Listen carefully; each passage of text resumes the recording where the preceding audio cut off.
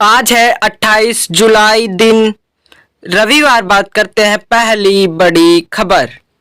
Roadways मृतक आश्रितों के 1100 आवेदन आए। लखनऊ से खबर है, रोडवेज में मृतक आश्रितों की भर्ती के लिए 1100 आवेदन आ चुके हैं, जबकि पहले संख्या 988 थी। वर्ष 2018 के बाद इन श्रेणी में भर्ती नहीं होने से ऐसी स्थिति पैदा हो गई है। रोडवेज में नौकरी के दौरान जान गंवाने वालों के आश्रित पिछले 6 साल से नौकरी के लिए भटक रहे हैं। इनकी नियुक्ति का मामला शासन में लंबित है। ऐसे मृतक आश्रितों की भर्ती के लिए पुनः प्रत्यावेदन शासन भेजने के लिए परिवहन मंत्री दयाशंकर सिंह की ओर से बीते 25 जुलाई को समीक्षा बैठक के दौरान रोडवेज अफसरों को दिए गए हैं। 988 से बढ़कर मृतक आश्रितों की संख्या 1100 हो गई। वहीं बात करेंगे अगली खबर। अग्निवीर योजना सत्ता में आते ही रद्द होगी। अखिलेश लखनऊ विशेष संवाददाता सपा अध्यक्ष अखिलेश यादव ने ऐलान किया है, सत्ता में आते ही 24 घंटे में अग्निवीर योजना रद्द होगी। अखिलेश यादव ने शनिवार को सोशल मीडिया एक्स पर कहा कि देश के सुरक्षा से समझौता करने वाली और सैनिकों के भविष्य में से खिलवाड़ करने वाली अल्पकालिक अग्निवीर पर यही मांग हमारी पुरानी भर्ती की फिर हो बहाली। इस बीच अखिलेश यादव ने महाराष्ट्र के पूर्व उद्धव ठाकरे को जन्मदिन की बधाई दी है। वहीं बात करेंगे अगली खबर। 6 नए राज्यपाल संतोष गंगवार को झारखंड की जिम्मेदारी, 3 राज्यपाल स्थानांतरित। नई दिल्ली से खबर है, राष्ट्रपति ने 6 राज्यों में नए राज्यपाल नियुक्ति किए हैं। असम, सिक्किम और झारखंड के राज्यपालों को स्थानांतरित किया गया है। यूपी भाजपा के वरिष्ठ नेता व पूर्व केंद्रीय मंत्री संतोष गंगवार झारखंड के नए राज्यपाल होंगे। भाजपा के पूर्व उपाध्यक्ष ओम प्रकाश माथुर सिक्किम, महाराष्ट्र विधानसभा के पूर्व अध्यक्ष हरिभाऊ किशन राव भाकड़े राजस्थान, असम के पूर्व सांसद रामेन ढेका छत्तीसगढ़, सचिव विजय शंकर मेघालय व त्रिपुरा के पूर्व मुख्यमंत्री जिष्णुदेव वर्मा तेलंगाना के राज्यपाल बन गए हैं। वहीं बात करेंगे अगली खबर। नेता प्रतिपक्ष पर फैसला आज होगा। लखनऊ विशेष संवाददाता उत्तर प्रदेश विधानमंडल का मानसून सत्र सोमवार से शुरू होने जा रहा है। इस सत्र में खासा हंगामा होने के आसार है। लोकसभा चुनाव के नतीजे आने के बाद पहली बार हो रहे इस सत्र में मुख्य विपक्षी दल सरकार को घेरने के लिए खास के आक्रामक तेवर दिखाने की तैयारी में है, तो सरकार भी विपक्ष के आरोपों का माकूल जवाब देने की तैयारी में है। सत्र का कार्यक्रम जारी, नकल का कानून पास होगा। सत्र का कार्यक्रम जारी, विधानसभा सत्र में 30 जुलाई को अनुपूरक बजट पेश होगा। वित्त मंत्री सुरेश खन्ना मंगलवार को दोपहर 12:20 पर से विधानसभा में पेश करेंगे। अखिलेश आज तय करेंगे नेता प्रतिपक्ष का नाम। वहीं बात करेंगे अगली खबर। चैत्राम के दिन बहुरे राहुल ने भेजी जूता बनाने की मशीन। शुक्रवार को एमपी एमएलए कोर्ट में बयान दर्ज कराने आए थे राहुल। कुरेभार संवाददाता अपने पूर्वजों की कर्मभूमि सुल्तानपुर में बिल्कुल उसी अंदाज में नजर आए। राहुल गांधी की चर्चा इस समय शहर से लेकर गांव तक हो रही है। शुक्रवार को राहुल गांधी एक मुकदमे में एमपी एमएलए कोर्ट में बयान दर्ज कराने आए थे। दिल्ली वापस लौटते समय वे गुप्तारगंज कस्बे के विधायक नगर में अचानक मोची चैत्राम की दुकान पर रुक गए। उन्होंने मोची से जूता बनाने की विधि के बारे में पूछा और उनके साथ कोल्ड ड्रिंक पी। थोड़ी देर बाद बातचीत की और आगे बढ़ गए। शनिवार को उन्होंने दिल्ली से अपनी टीम भेजकर मोची को जूता बनाने की मशीन भेजी थी। उपहार में मोची चैत्राम ने भी राहुल को चमड़े के 2 जूते भिजवाए हैं। शनिवार को मोची चैत्राम के पास दिन में करीब 11 बजे फोन आया कि आपके राहुल ने जूता बनाने की मशीन भिजवाई है। वहीं बात करेंगे अगली खबर। 40% अभ्यर्थियों ने देख ली पीसीएसजे की कॉपियां। प्रयागराज से खबर। पीसीएसजे मुख्य परीक्षा 2022 में कॉपियों के अदला बदली का मामला सामने आने के बाद ज्यादातर अभ्यर्थी अपनी उत्तर पुस्तिकाओं के मूल्यांकन को लेकर आशंकित है। इस बात का जीता जागता उदाहरण है कि उत्तर प्रदेश लोक सेवा आयोग की ओर से कॉपियां देखने के लिए जितने अभ्यर्थी बुलाए गए थे उनमें से 40% अपनी कॉपियां देख चुके हैं। पीसीएसजे मुख्य परीक्षा में गलत कोडिंग के कारण 50 अभ्यर्थियों की कॉपियां एक दूसरे से बदल गई थी। मामला न्यायालय में जाने के बाद आयोग ने आंतरिक जांच कराई तो इस गड़बड़ी का खुलासा हुआ। वहीं बात करेंगे अगली खबर। आईटीआई अनुदेशक लिखित परीक्षा का परिणाम जारी।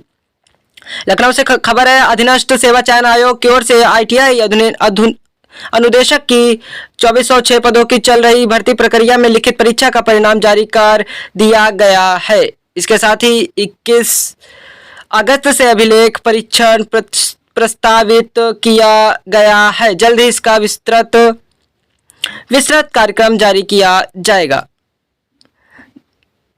आयोग की ओर से 2406 पदों के लिए सापेक्ष योग्य 3,428 अभ्यर्थियों की लिखित परीक्षा 25 फरवरी को आयोजित की गई थी। इसमें कम अभ्यर्थी होने के कारण आयोग ने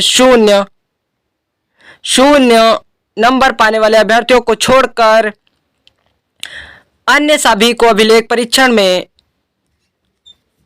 शामिल होने की अनुमति दी। वहीं बात करेंगे अगली खबर, राज्यों के रास्ते विकसित भारत मोदी। नई दिल्ली प्रमुख संवाददाता, भारत को वर्ष 2047 तक विकसित देश के रूप में देखना हर भारतीय की महत्वाकांक्षा है। देश को विकसित राष्ट्र बनाने में राज्यों की अहम भूमिका होगी क्योंकि वे लोगों से सीधे जुड़े हैं। प्रधानमंत्री नरेंद्र मोदी ने शनिवार को नीति आयोग की 9वीं गवर्निंग काउंसिल बैठक के दौरान ये बातें कही। इधर मोदी की अध्यक्षता में चल रही बैठक की पश्चिम बंगाल की मुख्यमंत्री ममता बनर्जी में ही छोड़कर बाहर आ गई। इसके बाद राजनीतिक आरोप प्रत्यारोप का दौर शुरू हो गया। प्रति व्यक्ति आय 15 लाख। बैठक में वर्ष 2047 तक भारत को विकसित राष्ट्र बनाने के लिए दृष्टिकोण पत्र पेश किया गया। वहीं बात करेंगे अगली खबर, सूर्य के अर्धशतक से भारत ने श्रीलंका को 43 रन से हराया। पहला टी20 पराग को मिले 3 wicket. Pallekele player of the man कप्तान सूर्य कुमार यादव 58 और रियान पराग 3-5 की गेंदबाजी की मदद से भारत ने पहले टी20 मैच में श्रीलंका को 43 रन से हराया। 3 मैच की श्रृंखला में भारत 1-0 से आगे है और दूसरा मैच रविवार को होगा। भारत ने टी20 ओवर 20 ओवर में 7 विकेट पर 213 रन बनाए। पंत 49, यशस्वी जायसवाल 40 और शुभम गिल 34 ने भी अपना योगदान दिया। श्रीलंका के लिए पाथियाना ने सर्वाधिक 4 विकेट चटकाए। जवाब में श्रीलंका की टीम 19.2 ओवर में 170 रन बनाकर ढेर हो गई। वहीं बात करेंगे अगली खबर, 10 सेक्टरों में यूपी का नियोजित विकास। योगी मुख्यमंत्री ने दिल्ली में नीति आयोग की बैठक में बताई प्रदेश की उपलब्धियां। नई दिल्ली लखनऊ, मुख्यमंत्री योगी आदित्यनाथ ने शनिवार को नीति आयोग की गवर्निंग काउंसिल की 9वीं बैठक में एमएसएमई, महिला सुरक्षा, इंफ्रास्ट्रक्चर डेवलपमेंट, पीएम आदि शक्ति, स्वच्छता एवं पोषण पर यूपी की उपलब्धियां गिनाई। सीएम योगी ने कहा कि राज्य। वहीं बात करेंगे अगली खबर, विकसित भारत हर भारतीय का लक्ष्य, राज्यों की होगी सक्रिय भूमिका। मोदी नीति आयोग की 9वीं बैठक, पीएम बोले युवाओं को कुशल कार्यबल बनाने में जुटे। सीएम योगी ने गिनाई यूपी की उपलब्धियां, 7 वर्षों में दोगुनी हुई प्रति व्यक्ति आय। नई दिल्ली, प्रधानमंत्री मोदी ने कहा कि देश में 2047 तक विकसित राष्ट्र बनाना हर भारतीय की महत्वाकांक्षा है। इस लक्ष्य को हासिल करने में राज्य सक्रिय भूमिका निभा सकते हैं क्योंकि वे जनता से सीधे जुड़े हैं। पीएम मोदी ने शनिवार को नीति आयोग की गवर्निंग काउंसिल की 9वीं बैठक की अध्यक्षता करते हुए यह बात कही। अमर उजाला ब्यूरो, नई दिल्ली लखनऊ, मुख्यमंत्री योगी आदित्यनाथ ने शनिवार को नीति आयोग की गवर्निंग काउंसिल की 9वीं बैठक में कहा कि 7 वर्षों में यूपी में प्रति व्यक्ति आय दोगुनी हो। सांसदीय केंद्र में आयोजित बैठक में मुख्यमंत्री योगी आदित्यनाथ ने गौरवशाली उपलब्धियां। पीडीए के डी को मजबूत करेगी सपा। फैजाबाद के सांसद अवधेश प्रसाद को बनाया जाएगा पार्टी का दलित चेहरा। अमर उजाला ब्यूरो लखनऊ से खबर है, समाजवादी पार्टी पीडीए पिछड़ा दलित और अल्पसंख्यक के डी को मजबूत करेगी, यानी दलितों पर फोकस बढ़ाएगी।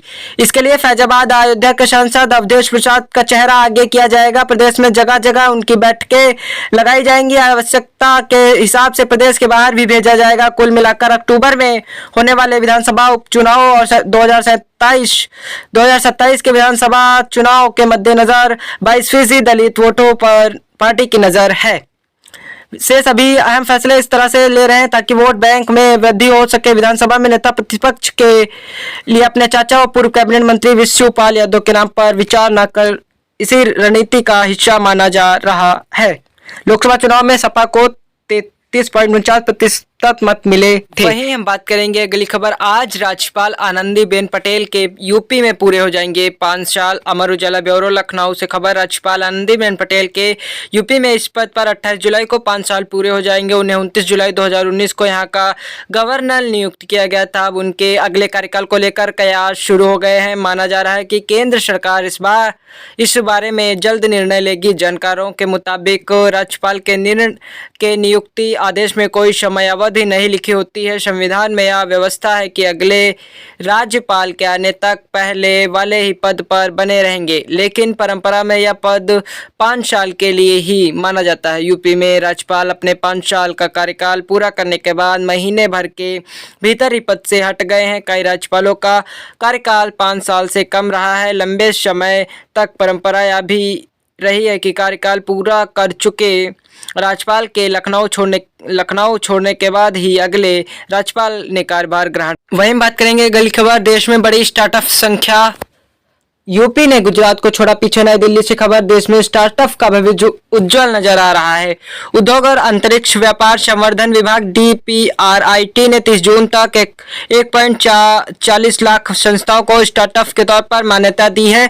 शुक्रवार को केंद्रीय वाणिज्य एवं उद्योग राज्य मंत्री जितिन प्रसाद ने राज्यसभा में एक सवाल के जवाब में जानकारी दी। मंत्री प्रसाद के मुताबिक DPRIT ने 30 जून 2024 तक संस्थाओं को स्टार्टअप के तौर पर मान्यता दी। इनमें से अधिक महाराष्ट्र के स्टार्टअप हैं। दूसरे नंबर पर संख्या के स्थान कर्नाटक, तीसरे पर संख्या के स्थान पर दिल्ली, चौथे पर संख्या के स्थान पर उनके उत्तर प्रदेश और संख्या गुजरात 5वें नंबर पर है। वहीं बात करेंगे अगली खबर, विधानसभा सत्र से पहले सर्वदलीय बैठक आज लखनऊ से खबर है। विधानसभा अध्यक्ष सतीश महाना की अध्यक्षता में रविवार को अपराह्न 4 बजे सर्वदलीय बैठक होगी। इसमें सभी दलीय नेता बुलाए गए हैं। 29 जुलाई से विधानमंडल का मानसून सत्र प्रारंभ हो रहा है। वहीं बात करेंगे अगली खबर, 20,000 करोड़ का अनुपूरक बजट पेश करने की तैयारी। लखनऊ से खबर, वित्त विभाग सोमवार से शुरू होने वाले विधानसभा के मानसून सत्र में अनुपूरक बजट पेश करने की तैयारी में जुटा है। ये वित्त वर्ष 2024-25 का पहला अनुपूरक बजट होगा, जो लगभग 20,000 करोड़ रुपए का हो सकता है। इससे पहले राज्य सरकार ने फरवरी में 7.36 लाख करोड़ का बजट पेश किया था। वित्त विभाग ने अनुपूरक बजट की तैयारी शुरू कर दी है। इसमें सरकार का विभाग जरूरी परियोजनाओं पूरा करने का इंतजाम किया जाएगा। केंद्रीय बजट के बाद यूपी की पिछली योजनाओं पर फोकस करते हुए बजट का निर्धारण किया जाएगा। माना जा रहा है कि अनुपूरक बजट से प्रयागराज कुंभ की तैयारियों के लिए। वहीं उत्तर प्रदेश की रोजाना की खबरों से अप टू डेट रहने के लिए यूपी न्यूज अपडेट चैनल को सब्सक्राइब करें, घंटी का बेल आइकन टच करें, वीडियो को लाइक शेयर जरूर करें। धन्यवाद।